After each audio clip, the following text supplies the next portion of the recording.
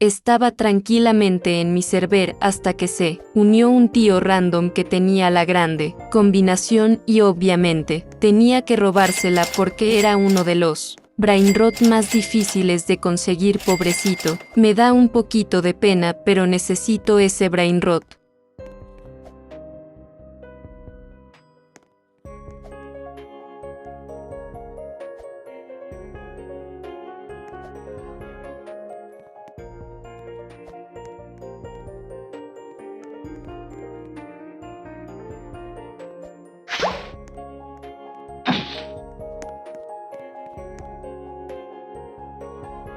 La grande combinazione.